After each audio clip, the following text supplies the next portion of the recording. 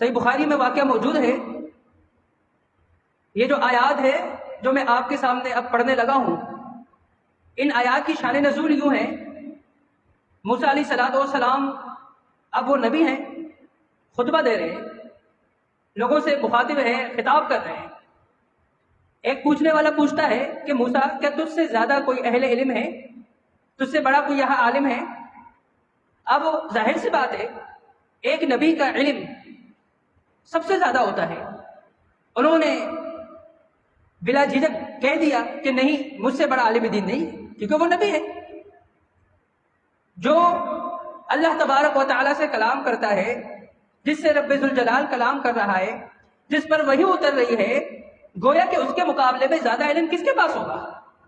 اس کی بات تو اپنی جگہ بالکل ٹھیک تھی، اس نے کوئی غلط بات نہیں کہی، لیکن اللہ تبارک و تعالیٰ کو یہ بات پسند نہیں آئی.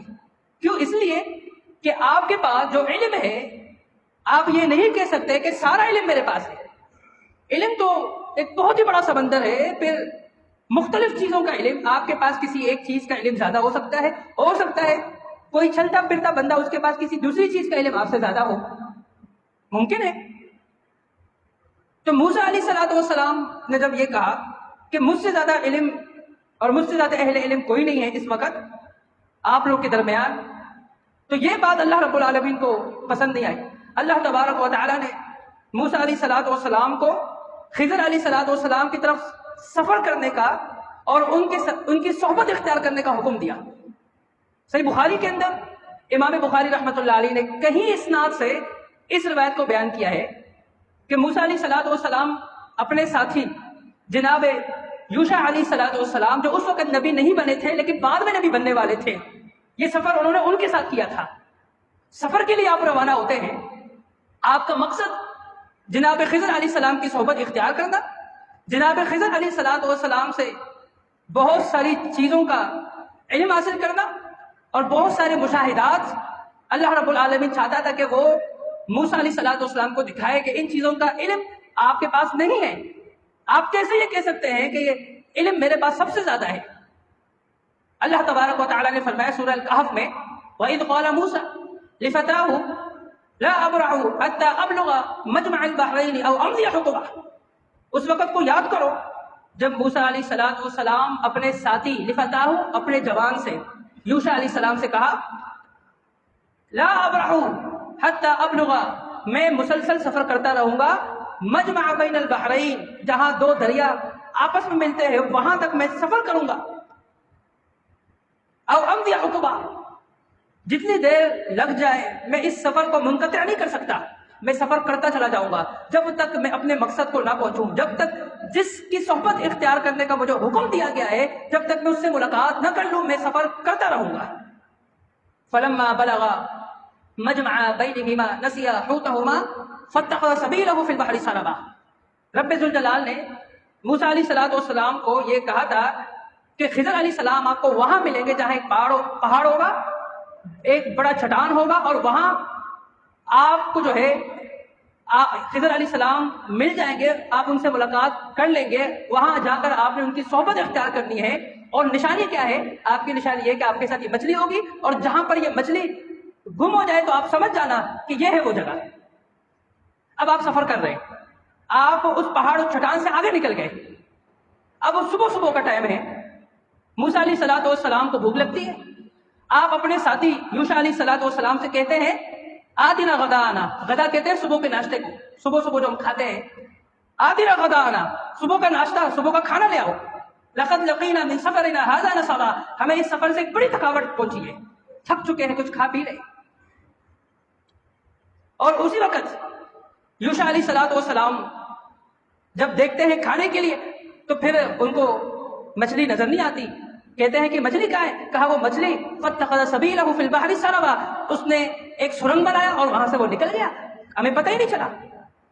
موسیٰ علیہ السلام نے فرمایا کہ ہمارے لیے تو اسے نشانی بنایا گیا، اب ہمیں دوبارہ وہیں جانا ہے، اور ہم وہیں جہاں سے ہم آئے تھے اب دوبارہ اسی طرف جائیں گے، اور وہ چٹان جو ہمارے لیے نشانی تھی ہم وہاں جائیں گے جہاں یہ مچھلی گم ہو گئی، وہاں ایک چٹان ہے، اور خضر علیہ السلام اسی جزیرے پہ اسی کونے پر ہمیں ملنے ہیں. ہم آگے نکل گئے،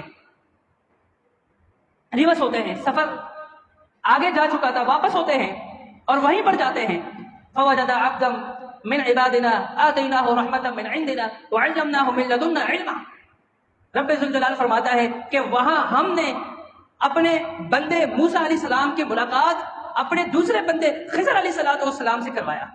فوجدا تسنیہ کا صیغہ ہے کہ ان دونوں نے پایا، یعنی موسیٰ علیہ السلام اور یوشع علیہ السلام، ان دونوں نے کس کو پایا؟ من عبادنا، ہمارے بندوں میں سے ایک بندے خضر علیہ السلام کو، رحمتا من عندنا، جس کو ہم نے اپنی رحمت سے نوازا ہوا تھا، وعلمناہ من لدنا علما، اور ہم نے اس کو بہت ساری چیزوں کا علم عطا کیا ہوا تھا۔ ان دونوں نے ان سے ملاقات کی، خضر علیہ السلام سے۔ اب خضر علیہ السلام سے درخواست کر رہے ہیں، کیا کہہ رہے ہیں؟ ان سے یہ کہہ رہے ہیں هل اتبعک علی ان تعلمنی مما علمت رشدا، کیا آپ مجھے اپنے ساتھ رکھیں گے، مجھے اپنی صحبت اختیار کرنے کے لیے دیں گے؟ مقصد کیا ہے؟ کہا مقصد یہ ہے مما علمت رشدا، جو رب نے آپ کو سکھایا وہ آپ مجھے سکھا دیں، جو رب نے آپ کی رہنمائی کی آپ اسی طرح میری رہنمائی کرتے چلے جائیں۔ خضر علیہ السلام کہنے لگے انک لن تستطیع معی صبرا، آپ میرے ساتھ نہیں رہ سکتے، اگر رہیں گے صبر نہیں ہے آپ میں، آپ صبر نہیں کر پائیں گے، کیونکہ خضر علیہ السلام کو پتا تھا کہ ان کے پاس علم بہت ہے، لیکن جو مشاہدات یہ دیکھیں گے یہ پریشان ہو جائیں گے، یہ سوالات اٹھائیں گے، ان کو کہا صبر نہیں کر سکیں گے، اور کہا صبر کرو گے بھی کیسے؟ وَكَيْفَ تَصْبِرُ عَلَىٰ مَا لَمْ تُحِطْ بِهِ خُبْرًا، کیسے آپ صبر کرو گے جن چیزوں کا آپ کو علم ہی نہیں ہے؟ کہنے لگے موسیٰ علیہ السلام کہ میں صبر کروں گا، سَتَجِدُنِي إِن شَاءَ اللَّهُ صَابِرًا، اللہ نے چاہا تو آپ مجھے صبر کرنے والے پائیں گے، وَلَا أَعْصِي لَكَ أَمْرًا، اور میں آپ کی نافرمانی نہیں کروں گا۔ کہا ٹھیک ہے، فَإِنِ اتَّبَعْتَنِي فَلَا تَسْأَلْنِي عَنْ شَيْءٍ حَتَّىٰ أُحْدِثَ لَكَ مِنْهُ ذِكْرًا، اگر آپ میری شاگردی اختیار کرتے ہیں، آپ میری صحبت اختیار کرتے ہیں، آپ میرے ساتھ اپنا سفر جاری رکھتے ہیں، تو پھر جب تک کسی چیز کی وضاحت میں خود نہ کر دوں آپ نے سوالات نہیں کرتے۔ کہا ٹھیک ہے ایسا ہی کروں گا میں۔ تھوڑے سے آگے گزرے، اب کشتی میں دوبارہ سفر جاری ہے، کہیں اور جانا ہے، کسی اور شہر، کسی اور جزیرے میں، کسی علاقے میں جانا ہے۔ اب یہ سفر خضر علیہ السلام کے ساتھ شروع ہو گیا۔ اب خضر علیہ السلام کے ساتھ کشتی میں بیٹھے سفر کر رہے ہیں۔ خضر علیہ السلام کشتی کا جو ہے ایک تختہ نکال کر توڑ دیتے ہیں، نکال دیتے ہیں۔ اب یہاں سوال کرتے ہیں موسیٰ علیہ السلام، کہتے ہیں آپ نے یہ کیا کیا؟ اخرقتها لتغرق اهلها، آپ نے تختہ نکال دیا تاکہ یہاں پانی آ جائے اور یہاں کشتی میں جو لوگ سوار ہیں وہ ڈوب جائیں، یہ آپ نے کیا کیا؟ کہا میں نے آپ سے کہا تھا نا کہ جب تک میں وضاحت نہیں دوں آپ نے سوالات نہیں کرنے۔ کہا ٹھیک ہے، لا تؤاخذنی بما نسیت، آپ مجھے مت ڈانٹے اور آپ مجھ پر سختی نہ کرے ان چیزوں کے بارے میں جو میں بھول گیا ہوں، یعنی میں آپ سے معاہدہ کر کے بھول گیا کہ میں آپ کی وضاحت سے پہلے آپ سے سوالات نہیں پوچھوں گا۔ پھر آگے چلے، جب پہنچے جزیرے میں ایک علاقے کے اندر، دیکھا کہ ایک بچہ دوسرے بچوں کے ساتھ کھیل رہا ہے۔ خضر علیہ السلام نے اس بچے کو پکڑا، اس کو وہیں پر لٹا دیا، اس کو مار کے قتل کر دیا۔ یہاں پھر سوال اٹھا، اور سوال اٹھانے والا کون تھا؟ حضرت موسیٰ علیہ السلام۔ کہنے لگے کہ اقتلت نفسا زکیۃ بغیر نفس، آپ نے ایک معصوم بچے کو موت کی گھاٹ اتارا، لقد جئت شیئا نکرا، آپ نے بہت ہی برا کام کیا ہے۔ کہا الم اقل لک انک لن تستطیع معی صبرا، پہلے کہہ چکا تھا کہ آپ بے صبر ہیں، صبر نہیں کر سکیں گے، جو مشاہدات آپ دیکھیں گے آپ پریشان ہو جاؤ گے، آپ نے مجھ سے معاہدہ کیا کہ میں صبر کروں گا۔ کہنے لگے لا تصاحبنی قد بلغت من لدنی عذرا، آخری مرتبہ ہے، اب اپنی صحبت سے مجھے ہٹائے نہیں، آخری چانس، آخری موقع مجھے دے دے، اب اگر ایسی کوئی غلطی کی تو آپ مجھے ہٹا دیجئے گا، اپنی صحبت سے مجھے دور کر دیجئے گا۔ کہا ٹھیک ہے۔ پھر آگے گئے، ایک قوم کے پاس گئے، ان کو کہا ہماری مہمان نوازی کرو، انہوں نے انکار کر دیا۔ پھر دیکھا کہ دیوار وہ گرنے لگا ہے، آپ نے اس دیوار کو سیدھا کر دیا، فاقام، خضر علیہ السلام نے اس دیوار کو سیدھا کر دیا، گرنے نہیں دیا۔ یہاں پھر انہوں نے کہا کہ خضر یہ آپ نے کیا کیا؟ لقد جئت، کاش کہ آپ جو ہے نا لاتخذت علی اجرا، ان سے اجرت لے لیتے، آپ ان سے اجرت لے لیتے، انہوں نے آپ مہمان نوازی سے منع کیا تھا، آپ نے ایسی دیوار سیدھی کر دی، ان سے اجرت کا مطالبہ کرتے۔ کہا ھذا فراق بینی و بینک، یہ میرے اور آپ کے درمیان جدائی کا سب سے بڑا سبب ہے، بس اب اس کے بعد کوئی موقع نہیں، چانس نہیں، کیونکہ آپ مسلسل میری وضاحت سے پہلے آپ سوالات کرتے چلے جا رہے ہیں۔ اب میں آپ کو بتاتا ہوں۔ پھر آپ نے تفصیل بتائی پوری، اور جس ترتیب کے ساتھ مجمل تھے، یعنی وہاں پر وضاحت نہیں تھی، اسی ترتیب کو لے کر آپ نے وضاحت کر دی۔ پہلا واقعہ کس کا تھا؟ کشتی کا۔ تو فرمایا اما السفینۃ فکانت لمساکین یعملون فی البحر فاردت ان اعیبها وکان وراءهم ملک یاخذ کل سفینۃ غصبا۔ فرمایا کہ کشتی کا تختہ میں نے جان بوجھ کے نکالا، کیونکہ پیچھے جزیرے میں ایک ایسا بادشاہ ہے جو بے عیب کشتیاں ہوتی ہے اس کو وہ اپنے قبضے میں لے لیتا ہے، ان پر قبضہ جماتا ہے، میں نے اس پر جان بوجھ کے میں نے یہ تختہ نکالا، اس پر عیب لگایا تاکہ وہ اسے اپنے قبضے میں نہ لے، اس پر قابض نہ ہو جائے۔ کہا اچھا ٹھیک ہے، یہ بات سمجھ آ گئی۔ کہا دوسری بات، وَأَمَّا الْغُلَامُ فَكَانَ أَبَوَاهُ مُؤْمِنَيْنِ فَخَشِينَا أَن يُرْهِقَهُمَا طُغْيَانًا وَكُفْرًا، جس بچے کو میں نے موت کی گھاٹ اتارا، اللہ تبارک و تعالیٰ چاہتا تھا کہ یہ بچہ، اس کی جگہ ان کے والدین، کیونکہ ان کے والدین مومن تھے اور وہ اللہ سے ڈرنے والے تھے، اور ہمیں اسی بات کا ڈر تھا کہ یہ بچہ اپنے والدین کو بڑے ہو کر کفر پر مجبور کرے گا۔ رب نے چاہا کہ اس کو موت کی گھاٹ اتار دو اور اللہ اس کے بدلے ان کے والدین کو اس سے بہتر پاکیزہ اولاد عطا کرے گا۔ کہا تیسری بات، وہ امل جدار، جو دیوار کا معاملہ ہے، فرمایا کہ یہ 2 یتیم بچوں کا تھا، اس شہر میں 2 یتیم بچوں کا تھا، اور اس دیوار کے نیچے خزانہ مدفون تھا، خزانہ دفن ہوا تھا، اور اللہ رب العالمین چاہتا تھا حتی یبلغ اشدہما، جب یہ 2 یتیم بچے جوان ہو جائے، حتی پھر جب جوان ہو جائے گے، یستخرجہما کنزہما، یہ خود اپنا خزانہ نکالے اور جہاں انہیں خرچ کرنا ہے، جس طرح کرنا ہے، اور جو جس طرح جہاں جس مصرف میں خرچ کرنا ہے تو یہ خود ہی کرے، یہ رب چاہتا تھا۔ تو یہ 3 وجوہات تھی۔ پھر آگے وجہ بتائی، کہا وما فعلتہ عن امری، یہ سارے کام میں نے خود نہیں کیے بلکہ مجھ سے کروائے گئے ہیں، یہ سارے کام میں نے رب ذوالجلال کے حکم سے کیے۔ اب آپ اندازہ لگائیے یہاں اللہ تبارک و تعالیٰ نے کتنی بہترین شاندار صحبت اور اس کے فوائد ہمیں بتائے کہ اچھی صحبت اگر اختیار کرے کوئی ایک نبی، اس کو بھی فائدہ ہو۔ ایک نبی موسیٰ علیہ السلام، جناب موسیٰ کلیم اللہ کوئی معمولی صفت نہیں ہے، اللہ ان سے کلام کرتا ہے، وہ اللہ سے کلام کرتا ہے، لیکن اللہ تبارک و تعالیٰ وہ علم ان کو عطا کر رہا ہے جو علم ان کے پاس نہیں تھا، وہ مشاہدات، وہ فوائد ان کو عطا کر رہا ہے۔ رب ذوالجلال نے ان کو کہا کہ لوگ آ کر آپ کی شاگردی اختیار کرتے، آپ سفر کر کر جاؤ اور ایک استاد کی شاگردی اختیار کرو۔ یہ ہے اچھی صحبت۔ اچھی صحبت کے کتنے فوائد ہیں، آپ کو کتنا علم حاصل ہوا، وہ علم جو آپ کے پاس نہیں تھا، وہ مصلحتیں جن کا آپ کو پتہ نہیں تھا، وہ چیزیں جو ظاہراً بہت ہی بری ہے لیکن اس میں اللہ نے حکمت رکھی ہے، وہ حکمتیں کیا تھی وہ آپ کو پتہ نہیں تھا، وہ اللہ تبارک و تعالیٰ نے آپ کو جناب خضر علیہ السلام کی صحبت اختیار کروا کر آپ کو بتا دیا۔ اچھی صحبت کا یہ فائدہ ہے۔ آپ عالم کی صحبت اختیار کرو گے تو ظاہر سی بات ہے قرآن و سنت کے حوالے سے آپ کے علم میں اضافہ ہوگا، اور آپ کسی گلوکار کی صحبت اختیار کرو گے تو آپ اپنے آواز سے جو ہے لوگوں کو جو ہے متاثر کرنے کی کوشش کریں گے، پھر آپ جو ہے گلوکاری پر آہستہ آہستہ مائل ہو جائیں گے اور گلوکاری کرنا شروع کر دیں گے۔ اچھی صحبت کبھی کبھی یہ ہے کہ چند لمحوں میں انسان کی زندگی کو بدل دیتی ہے۔ رسول اللہ صلی اللہ علیہ وسلم کے صحابہ مکہ سے حبشہ کی طرف ہجرت کی، اور وہاں بھی مشرکین نے اپنے قاصد بھیجے کہ جاؤ نجاشی کو کہو، عیسائی تھا نجاشی، عیسائی بادشاہ، اور افریقہ کے اندر اس وقت حبشہ کہلاتا تھا، کہا جاؤ اسے کہو کہ جن کو آپ نے پناہ دی ہے ان کا عقیدہ جناب عیسیٰ علیہ السلام کے متعلق بھی ٹھیک نہیں ہے۔ کہا اچھا بلا لاؤ انہیں، ان کو بلا لائے مسلمانوں کو، تو ان سے مختلف سوالات پوچھے، پھر ان سے کہا کہ عیسیٰ علیہ السلام کے بارے میں آپ کا نظریہ کیا ہے، عقیدہ کیا ہے۔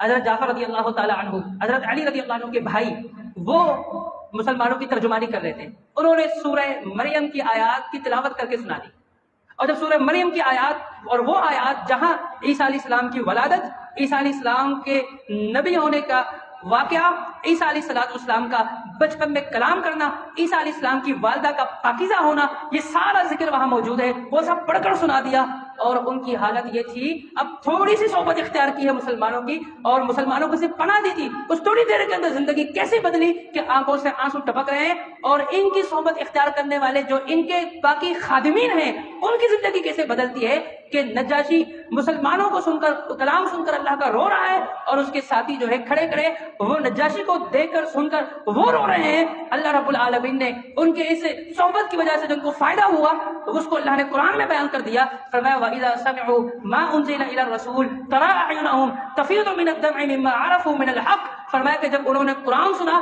تو ان کی آنکھوں سے آنسو بہہ پڑے، اور وہ سمجھ گئے کہ یہ حق ہے، اور وہ تمنا کرنے لگے، دعا کرنے لگے، اے ہمارے رب ہم ایمان کیوں نہ لائیں، وَمَا لَنَا أَلَّا نُؤْمِنَ، ہمیں کیا ہو گیا ہے کہ ہم اس بندے پر ایمان نہ لائیں کہ جو سچا ہے، اس کا یقین نہ کریں، جو سچا کلام لے کر آیا ہے، جو سچا نبی ہے، ہمیں کیا ہو گیا ہے۔ اے ہمارے رب اَيُدْخِلَنَا مَعَ الْقَوْمِ الصَّالِحِينَ، اب یہاں تو سمجھ آ گئی، اب صحابہ کرام کی صحبت اختیار کر لی، مسلمان ہو گئے، اب مرنے کے بعد نیک لوگوں کی صحبت کی دعا کر رہا ہے، کہہ رہے ہیں ہمارے پروردگار ہماری یہ دعا ہے، ہم یہ تما کرتے ہیں ایدخلنا مع القوم الصالحین، کہ ہمیں صالحین جو ہے ان کی معیت ادا کرنا، ان کی صحبت ادا کرنا۔ نبی علیہ الصلوۃ والسلام ان کے ایک خادم تھے اور وہ ایک چھوٹا سا بچہ تھا، کوئی بڑا نہیں تھا، چھوٹا سا بچہ، اس کا نام عبد القدوس تھا اور وہ یہودی کا بچہ تھا، یہودی کا بیٹا تھا، نبی علیہ السلام کی خدمت کیا کرتا تھا لیکن مسلمان نہیں تھا، اس کا باپ یہودی، خود بھی یہودی تھا۔ جب وہ بیمار پڑا، اللہ کے نبی صلی اللہ علیہ وسلم نے دیکھا کہ میری خدمت کیا کرتا تھا، نظر نہیں آ رہا، ان کو بتایا گیا کہ وہ بیمار پڑا ہوا ہے۔ آپ صلی اللہ علیہ وسلم گئے ان کے پاس گئے، ان کو تسلی دی، ان کی عیادت کی، پھر انہیں کہا کہ آپ کلمہ پڑھ لیں، اور وہ اپنے والد کی طرف دیکھنے لگے۔ والد نے ان کو کہا کہ اطیع ابا القاسم، ابو القاسم کی اطاعت کر۔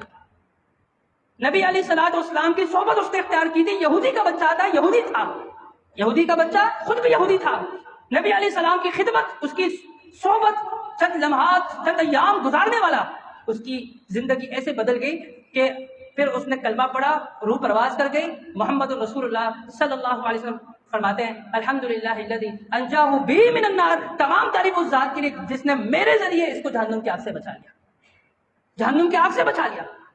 یوسف علیہ الصلوۃ والسلام، آپ انہیں دیکھیں کہ کس قدر ایک بری سوسائٹی کو چھوڑ ہیں، وہ بری سوسائٹی، وہ ایک محل ہے، اس محل کے اندر عزیز مصر کی بیوی نے بہکایا، ناکام ہو گئی، پھر انہوں نے ان مصر کی جتنے بھی گورنر، باقی دیگر جتنی بڑی بڑی خواتین تھی، ان سب کو بلایا دعوت پر اور یوسف علیہ السلام کو دکھایا۔ یوسف علیہ السلام کو دیکھ کر انہوں نے اپنے آنکھوں کی انگلیوں کو کاٹ ڈالا۔ اب یہ ساری آپ کے پیچھے لگ گئی اور آپ کو برائی کی طرف دعوت دے رہی ہیں، اور آپ کیا دعا کر رہے ہیں؟ ربی اے میرے رب، احب، مجھے زیادہ پسند ہے کیا؟ السجن، یہ زندان، اس محل سے زیادہ، اس سوسائٹی سے زیادہ، یہاں اس مرتبے سے زیادہ مجھے زیادہ پسند ہے کہ میں زندان میں چلا جاؤں، میں جیل میں چلا جاؤں، میں وہاں اپنی زندگی گزاروں، لیکن میں اس چیز کو ہرگز پسند نہیں کروں گا کہ یدعوننی الیہ، جس طرف یہ مجھے بلا رہی ہے، جہاں یہ مجھے دعوت دے رہی ہے، جس گناہ کی دعوت یہ مجھے دے رہی ہے، مجھے برباد کرنا چاہ رہی ہے، میں اس چیز کو پسند نہیں کروں گا، زندان میں جانا پسند کروں گا۔ اے میرے پروردگار، میری التجا ہے، میری دعا اپنی بارگاہ میں قبول فرما، اس محل سے، اس سوسائٹی سے جہاں یہ ساری خوبصورت مصر کی عورتیں مجھے دعوت دے رہی ہیں، یہاں سے مجھے نکال دے، زندان میں مجھے بھیج دے، میری یہ دعا قبول فرما۔ اللہ رب العالمین نے ان کو وقتی طور کے لیے اس محل سے، اس شہنشاہی والی زندگی سے نکال کر ان کو زندان میں تو ڈال دیا، بعد میں جب زندان سے نکالا تو ان کو بادشاہ بنا دیا۔ تو محترم بھائیوں، اچھی صحبت انسان کو اچھائی کی طرف لے جاتی ہے، بری صحبت اس سے بھاگنے کا حکم ہے۔ اب آپ دیکھیں نبی علیہ السلام کے اپنے چچا ابو طالب، آپ ان کے پاس موجود ہیں، ان کے موت کے وقت آپ ان سے کہہ رہے ہیں میرے چچا جان، یا عمی، اے میرے چچا، صرف کان میں لا الہ الا اللہ کہہ دو، اللہ رب العالمین کا حجت قائم کر دوں گا۔ لیکن ابو جہل وہاں بیٹھا تھا، ابو جہل باتیں کرنے لگا، حتیٰ کہ ان کی باتوں سے اس قدر متاثر ہوا، آخری الفاظ کیا تھے؟ اموت علی دین عبد المطلب، میں محمد رسول اللہ کے دین پہ نہیں، اپنے ہی باپ دادا کے دین عبد المطلب کے دین پہ میں مرتا ہوں، محمد رسول اللہ پہ ایمان نہیں لایا۔ سب کچھ سمجھنے کے باوجود، سب کچھ جاننے کے باوجود، وجہ کیا تھی؟ صحبت اس کی اچھی نہیں تھی، صحبت اس کی ابو جہل کے ساتھ تھی۔ ابو جہل نے اس وقت بھی ان کو جو ہے بہکایا اور اس وقت بھی ان کو بلیک میل کیا کہ لوگ کیا کہیں گے؟ یہی کہیں گے کہ موت کے وقت جو ہے اپنے باپ دادا کا دین چھوڑ دیا، محمد کے نئے دین پر یہ ایمان لے آیا۔ اچھی صحبت، اگر اچھی صحبت ہے وہ آپ کو اچھائی کی طرف لے جائے گی، بری صحبت وہ آپ کو برائی کی طرف لے جائے گی۔ اللہ رب العالمین سے دعا ہے کہ اللہ رب العالمین ہمیں اچھی صحبت اختیار کرنے کی توفیق عطا فرمائے اور بری صحبت سے بچنے کی توفیق عطا فرمائے۔ آج کل والدین ان کو یہ نہیں پتا ہوتا کہ ہمارے اولاد جو ہے وہ جوان ہو گئے، اب اس کے کون کون دوست ہیں، ان کی صحبت کن کن لوگوں کے ساتھ ہے، پتہ نہیں ہوتا، کیسے بچائیں گے؟ یہ پتہ ہونا چاہیے کہ میرے جو جوان ہو گئے بچے، ان کی صحبت کن کن لوگوں کے ساتھ ہے، ان کا ذہن کیسا ہے، وہ کیسے سوچتے ہیں، وہ کیسے بولتے ہیں، وہ کن کن لوگوں کے ساتھ ان کے علاوہ بیٹھتے ہیں، کیا وہ نماز پڑھتے نہیں پڑھتے، کیا وہ مواحد ہے یا نہیں ہے، وہ کس طرح سوچتے ہیں، یہ ساری چیزیں ان پر دھیان دینا چاہیے۔ اور معاشرے کی بھلائی کے لیے سب سے پہلا قدم وہ یہی ہے کہ ہم اچھی صحبت اختیار کریں اور بری صحبت سے اپنے آپ کو بھی، اپنے اہل عیال کو، اپنے اولاد کو، باقی دیگر سب کو بچانے کی کوشش کریں۔